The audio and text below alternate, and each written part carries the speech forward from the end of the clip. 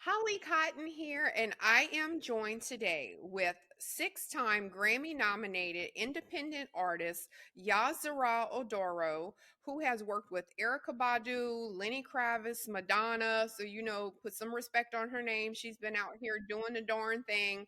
So, we're actually going to talk to her today about her current project that she's working on, as well as we have a serious topic that we want to talk to you guys about, and hopefully we can educate and inspire people that are going through something that's actually really really common when we're talking about co-parenting and custody and things like that. So welcome, Yazarah. Hi, Holly. How you doing? Good, good, good. So when I have an artist or not an artist, when I have a guest that comes on, I always like to read the bio from their media kit, and especially with artists, because I love hearing those stories about how you guys sort of found your passion with becoming that person that is in living your dream that you've had for however long. So I know for you, you actually have a very interesting story, one with your name and two with your African roots. So kind of give us an idea. One, I know you want to drop that information because it's such a cute story about the 29 heirs, and then here comes Yazara. And then also, I know it's a very sweet story about how you were basically born to be a singer or a musician. So tell us those Yes, stories first. absolutely.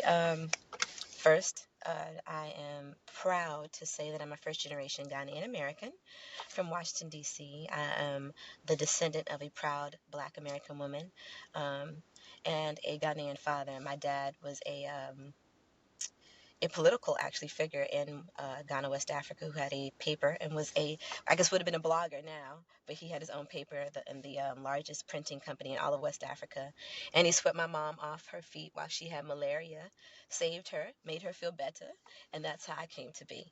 Um, and over time, as I became more acquainted with who I am and decided I wanted to rename myself by naming myself, uh, I decided to go back to my roots and claim the name of my grandmother in Ghana, West Africa, whose name was Yaa Ajinkoma. And she died at the age of 103, still farming, called my dad up and told him she was ready to go and to please send video recordings of her grandchildren so that she could see their faces before she met her maker.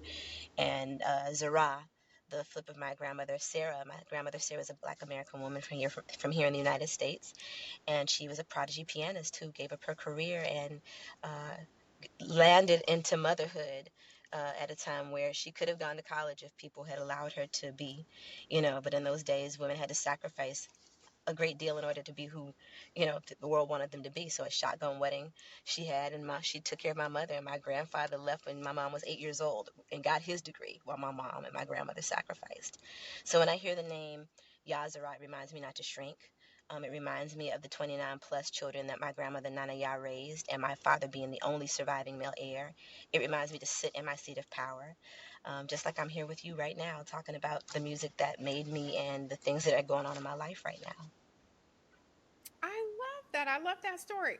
Okay, so Yazara, whenever we hear people talking about loving music, wanting to be an artist, and sort of living that lifestyle, a lot of times they don't have success in that. You just like, for me, I love singing in the shower, but I know no one's going to ever give me a record contract. So so so to see someone that's had the passion their entire life and actually live in that is very inspiring.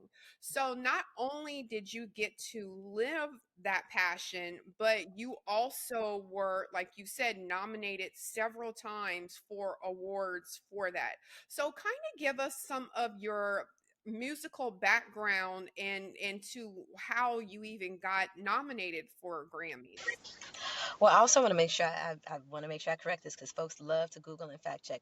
I Oh, was considered 6 times for a oh, Grammy as okay. an independent artist who is not on a major label. And there's some people who live their entire lives and never be able to say their name synonymous with a Grammy. So I think of that Right. as I will pump that as clout. Six considerations in one category Right. are a big deal for me as an independent. And in 2010, I came out with the record, The Ballad of Purple St. James, on the Foreign Exchange label as a collaboration between theirs and my label. And a lot of people know me for that record. Some may also know me for the record I made in 2003 called Black Star, which was backed by Bob Johnson and on Marcus Johnson's label, Three Keys. And most recently, I've now released my most recent venture, which is self-produced, along with self-executive produced, along with Raheem Devine and several other producers whom I really love, called The Ceremony. It's the most intimate record I've ever made in my career. I made it while I was singing for really great people and learning from really amazing folks like Lenny Kravitz, um, using all of the tools I learned with Erykah Badu, experiencing very interesting facets of life, and artistry with Madonna and Elvis Costello and the likes. And I used those resources that I made to, one, keep me as close to my son as possible so I could provide for him, but also be able to tell these stories. And I feel very proud of myself because Sink or Swim was the thing I did for myself, was the story I told for myself. And I released it 2020 on the 21st of February during the pandemic. And most people would have said I was crazy for doing that, but I knew that the songs were anthems for people to live to because I was living various serious and important things in my life while I was making these records, like Running, like Beautiful Ashes. Okay, got it, got it. Now, let me ask you this just to kind of piggyback on what you just said. Oh, so how did it feel? Because again, you hear people's names that are that are successful musicians that have been in, doing this for a long time.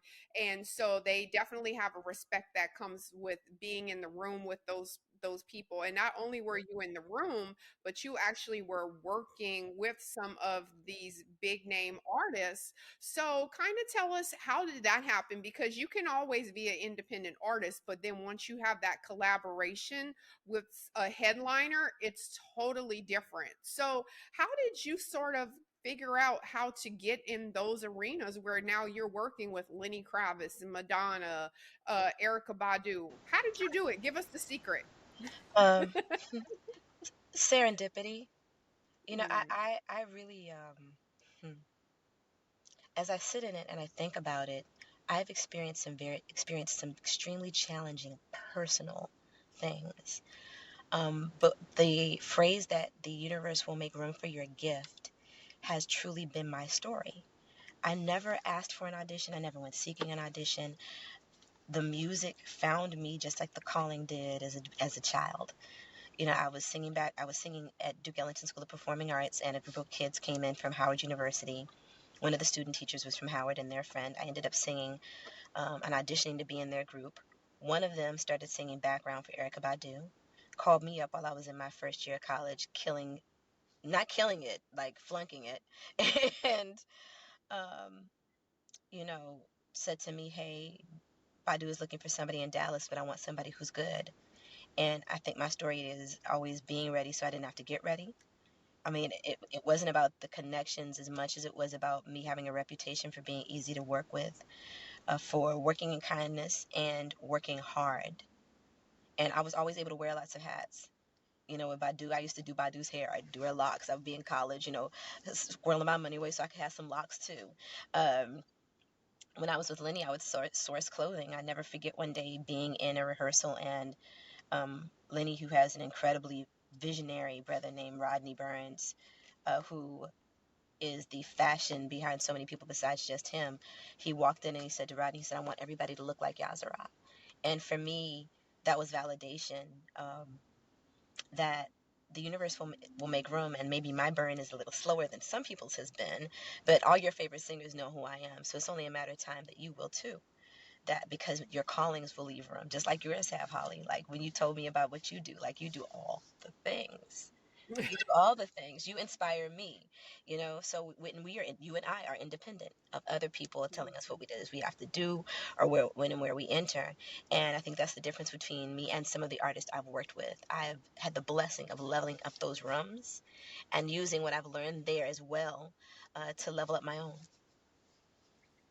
I love that. I love that. Yeah, I always say that when you're living your passion and all you're giving out is positive energy, only positive energy will gravitate towards you. So that will come across that someone will be like, "Man, I love her spirit. I want to work with her more. I want more of that." And it's just like it's just a form of networking, but it's all about energy. So, yes, I Definitely, love that. definitely, I love that. and I had to learn how to Go ahead. network. I had to learn how to network recently because so much of what I do is based upon like just meeting and greeting, and all of a sudden something happens. I think we live in a new world where the question is, what do you do? And now people network. But there used to be a time, especially when I came of age, it was 1997. I ain't telling you how old I am, but y'all can do some math.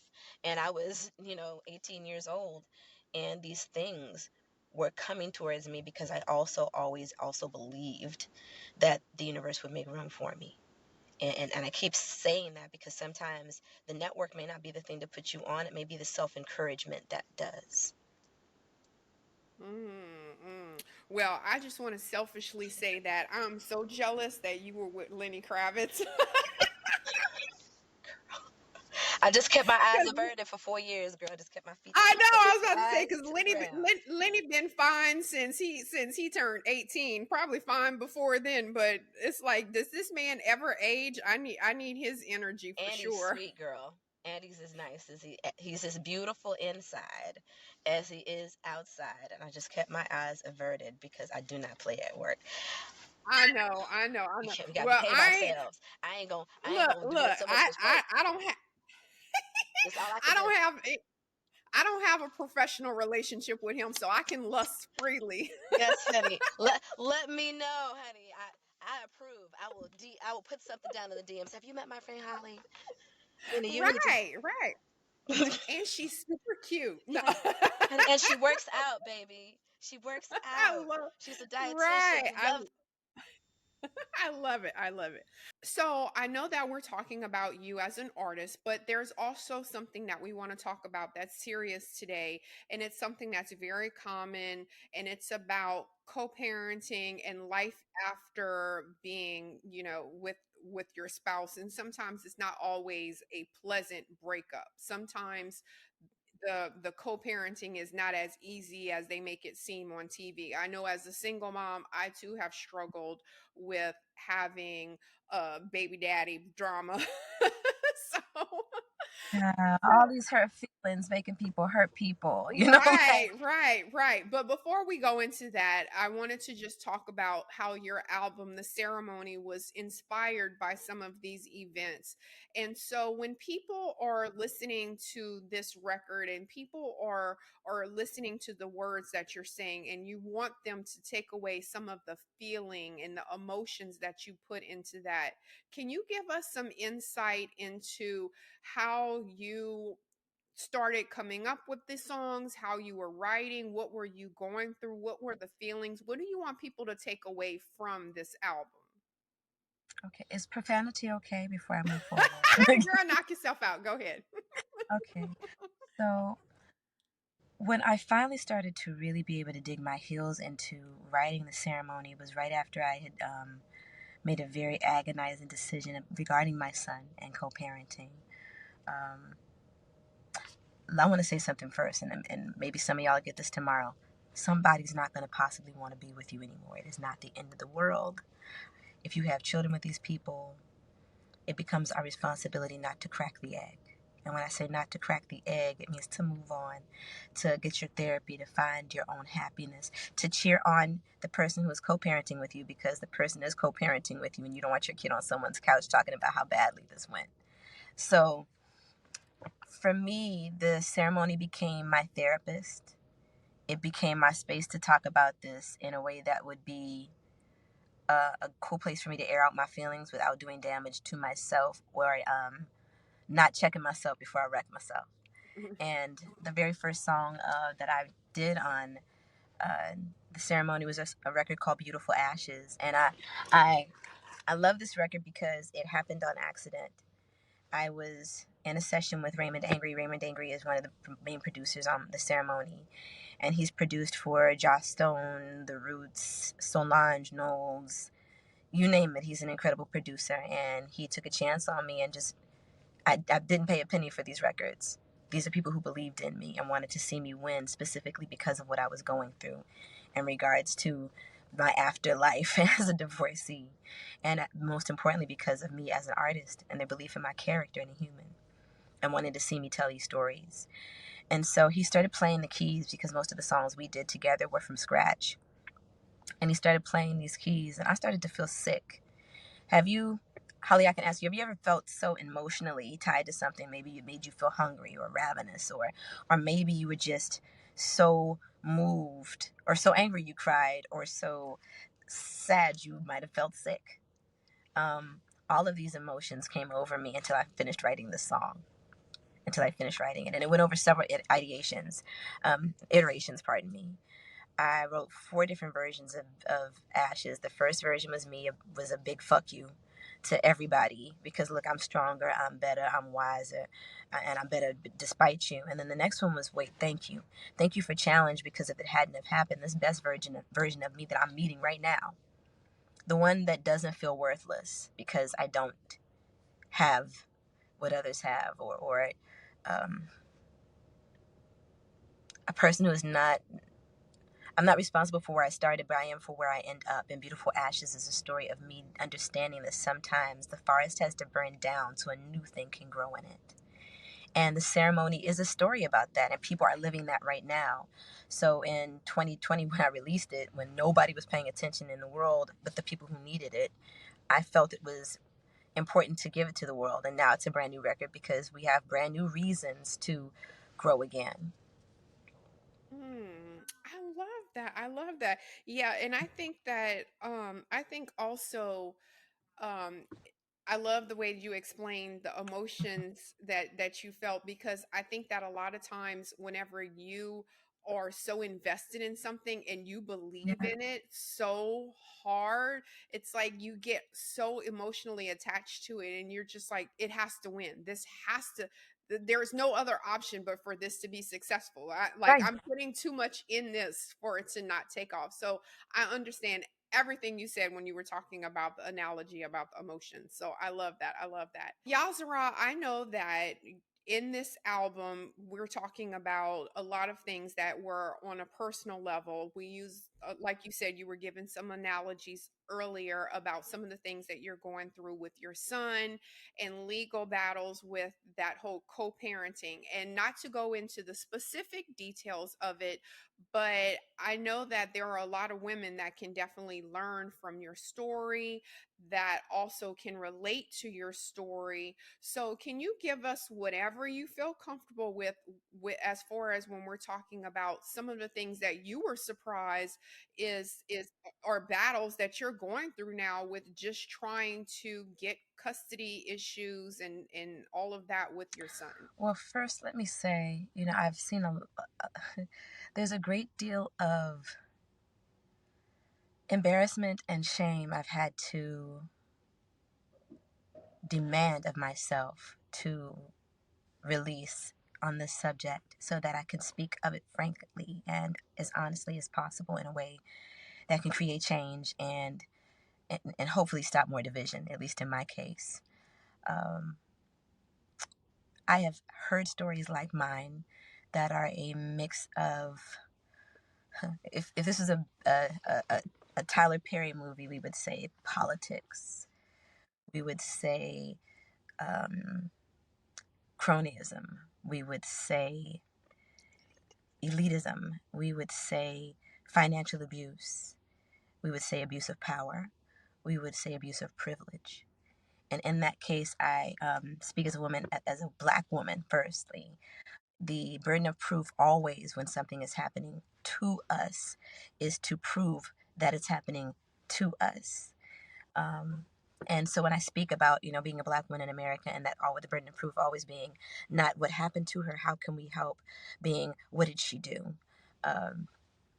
As a performing artist, I've always been questioned about why my son is not living with me. And it is an interestingly layered conversation having to do with a position that many women who were once the wife, housewife, with a husband who was the main breadwinner experience.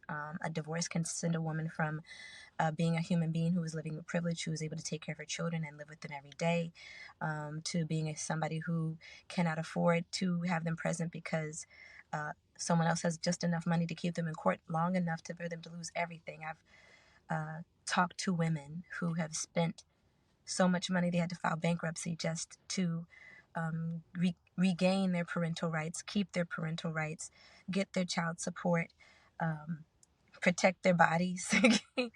And in my case, at least two of the things are true of me: custody and child support, which have been daunting the first time around because of cronyism, the second time around because of classism, and possibly, let me rephrase that,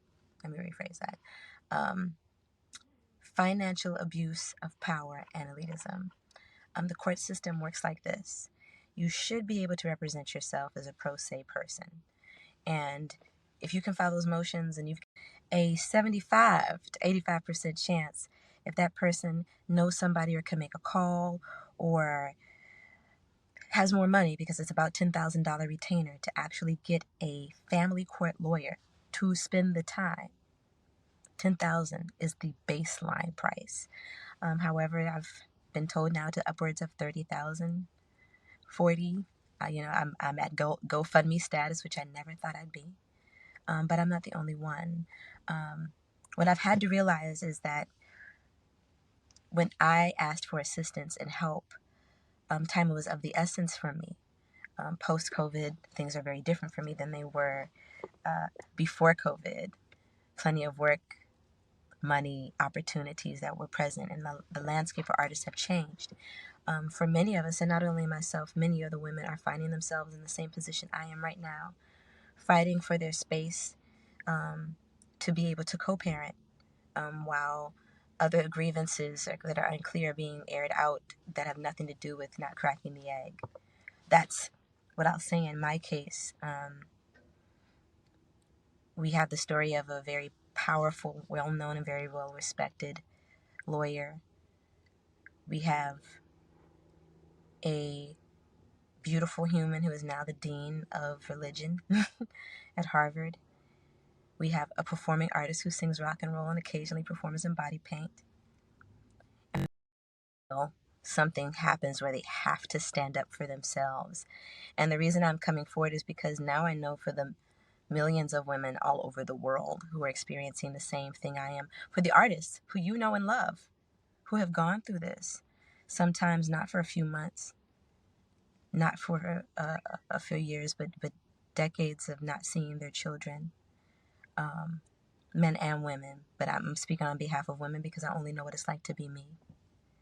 And I'm very grateful that I have my music to lean on, and mental health, and people who believe in me. And, in 48 hours, I was able to raise $7,000 towards being able to pay for my retainer.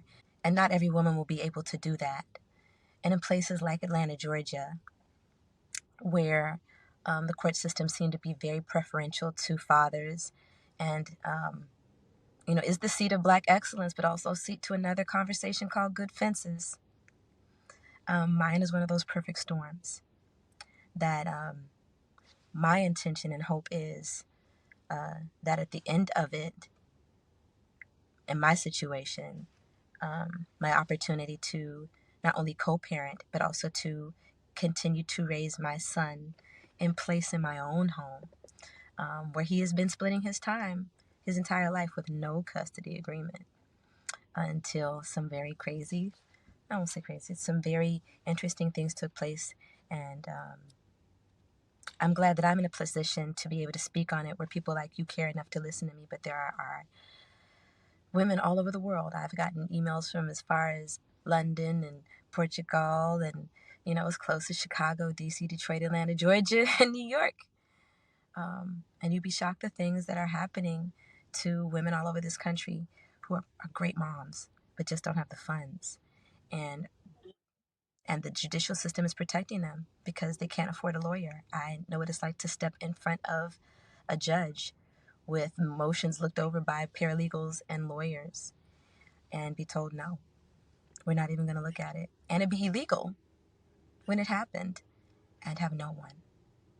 And I'm very grateful to people like Big Daddy Kane, let me shout him out right now, Lenny Kravitz, um, members of my musical community who are dear friends of mine who know how much I love my son and have seen us together, who have assisted me so far, and I'm still paying. I'm running out of money, but I don't feel good about asking anymore.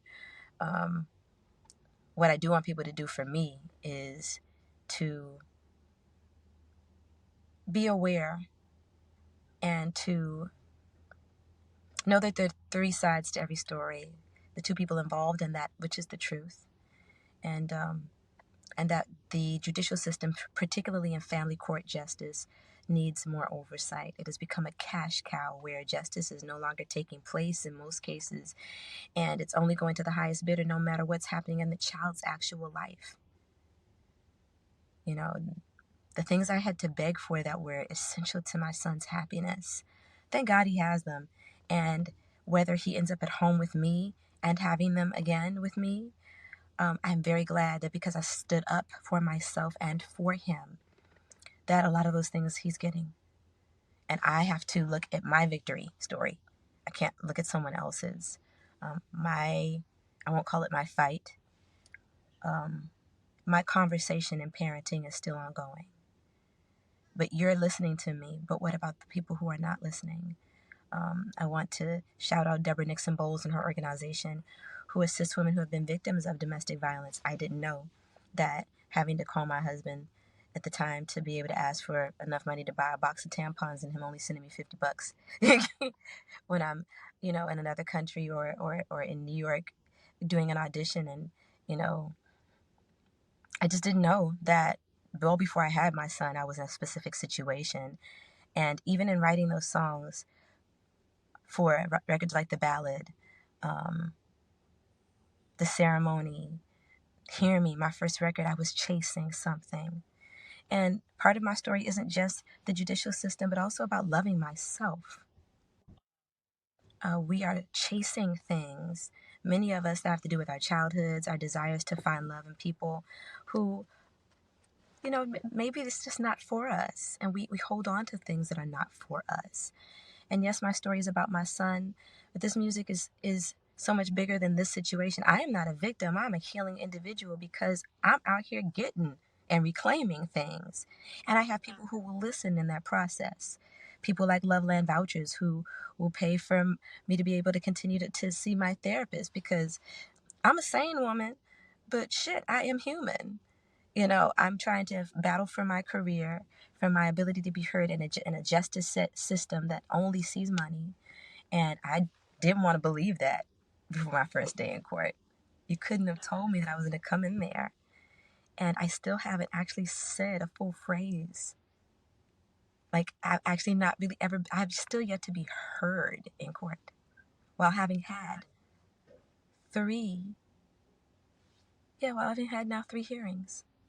So let me ask you this. Whenever people think about custody battles, they always have this preconceived notion that it's going to be a mom that has custody of the kid and the dad is fighting for custody, and there's a reason that the dad is not seeing the child, or it's always the mom is usually the person and the dad is the one that's fighting for those custodial rights.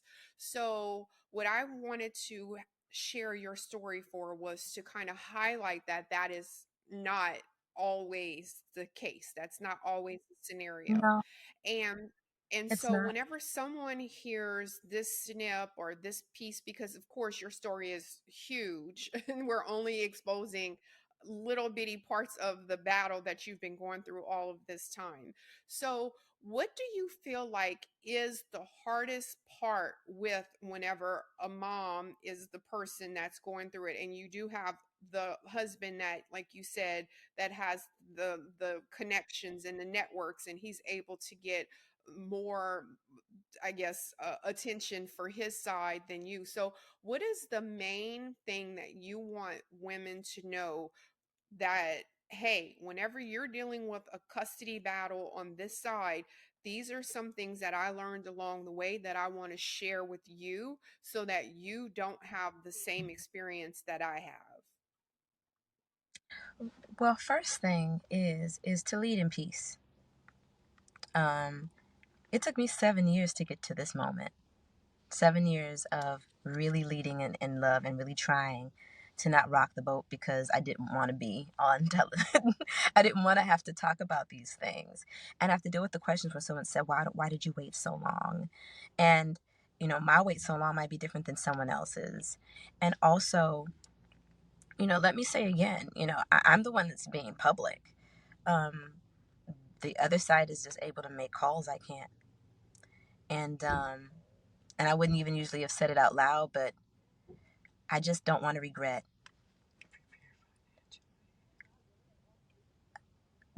I don't want to regret not fighting. I want my son to know that I did everything.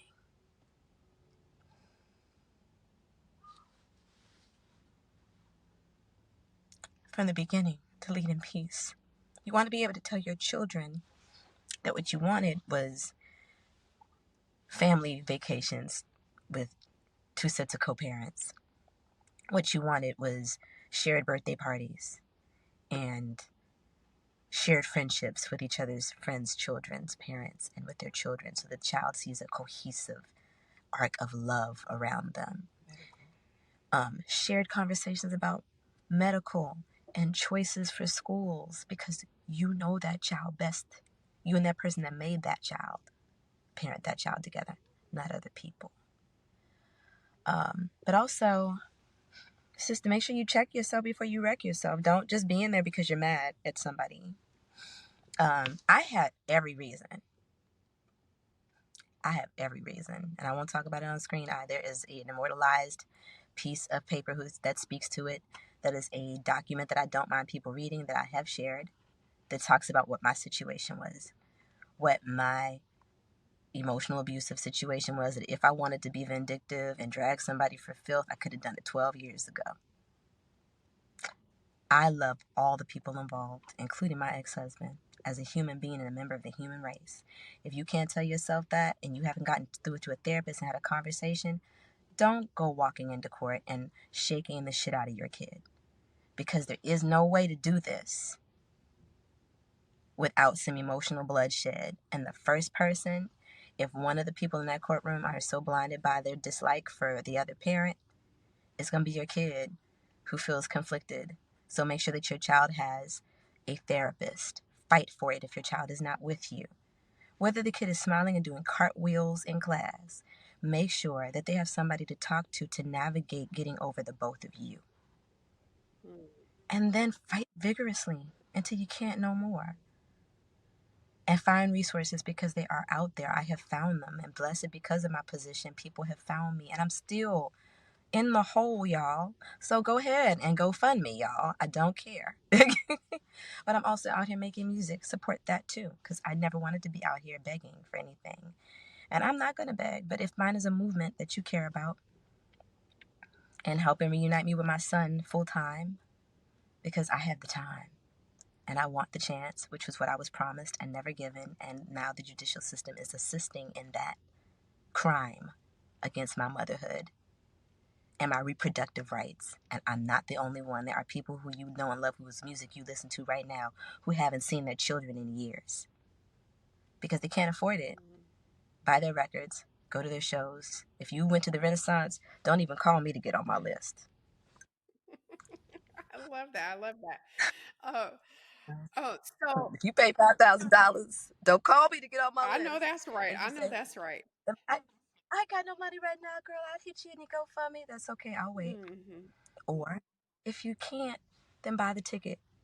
If I went down the list of women who have called me that you know and love, you wonder why they haven't put out another record. It's because they're trying not to lose their minds right now. They miss their children. And that's brothers too. But I can only speak for me. Right. And while we watch bombs fly over Israel and Palestine, and we see children losing parents, parents losing children, and there's so much going on in this world, and we can just take care of the little bit that's happening right here. Black women need advocates.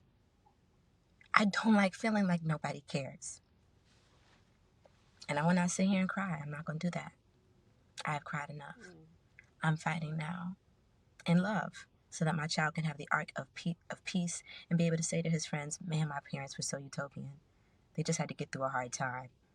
I'm so glad my mom reclaimed herself and her space in my life. And with every free inch of my body until my heart stops beating, I will be wherever I have to be to get that until it comes. And I'm now dedicating my life to making sure that other women, whether they make songs or sit in a library or a corrections officer or a housewife who's no longer a housewife, who's now living in a shelter because she wasn't prepared and didn't fight because she loved too hard. And there are stories like that. I will be here for them. And I will support entities that support them. I love that. So thank you for having me and letting me tell my story. Because mine will be a victory. I believe that. So I am not a victim. And I'm here to let everybody else know that they aren't either.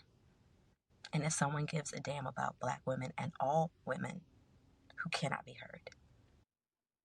I love that. Thank you for that transparent moment and for sharing that and for what you're doing. So, okay, so for anyone that's looking to follow you, subscribe, find you, stalk you, whatever whatever it is, drop all of the information so that people can follow, like, support you, all that great stuff. Absolutely. My name is YahZarah, spelled Y-A-H-Z like zebra, A-R-A-H. And all of my handles are at YahZarah. You can go on my website, YahZarah.com. You can find me on Spotify. You can find me on Instagram. You can find me on Apple Music and Pandora, as well as Tidal. I'm everywhere you buy your music. And my GoFundMe is also under my name, so just look for YahZarah or Dana Williams, my legal, but don't you call me that in the street, I won't answer. That's where I am. I love that. And YahZarah is so patient because I probably missaid her name 5 times at the beginning. So she's like, What? Holly. Holly has the case of Job. Okay, she supported me while I drove through a tunnel, through the Holland Tunnel. She helped me find a rest stop so that I could make sure I didn't look like Boo Boo the Fool. Well, I poured out all my business to y'all. So, love to you for being a sisterhood in that way for me. So we both pulled it together today. So I love you for that. Thank you. I love it. I love it.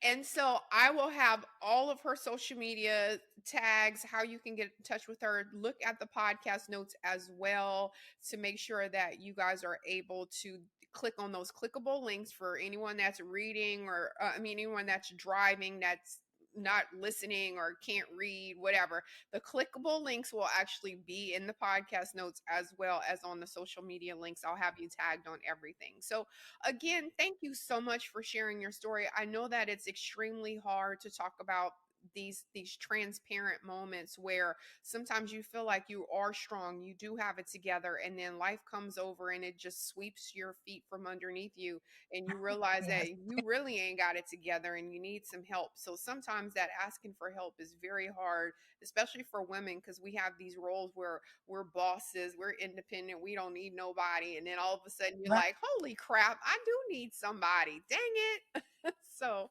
yeah, and I definitely have suffered from strong Black woman disease. I am so incredibly grateful to God, to Ifa, to my ancestors, to my Egungun, to whatever looks above us, for the help and the love of good friends and sisterhoods. When you are dealing with something like this, it is super important to not pretend. Pretending is deadly. It is super important to not have somebody to talk to. That is deadly. Whether you do something crazy, or whether your organs fail, or whether, like me, I had a fibroid in my belly for every year I had been begging for my child to return. 7 of them. Last week I had my last procedure of UFE after having been diagnosed with fibroids at the age of 16. And I'm saying to all of my sisters out there, whether you're going through this or whether it's a toxic environment on your job, be good to yourself, invest in your self-care, and fight for that fiercely, because if you don't, you won't be here. that. I love that. Okay. Well, you guys, that's your motivation for today. She had not just custody stuff, mental health. We did everything. All over health. Keep it pushing. I love it. I love it. So thank you so much again for telling your story.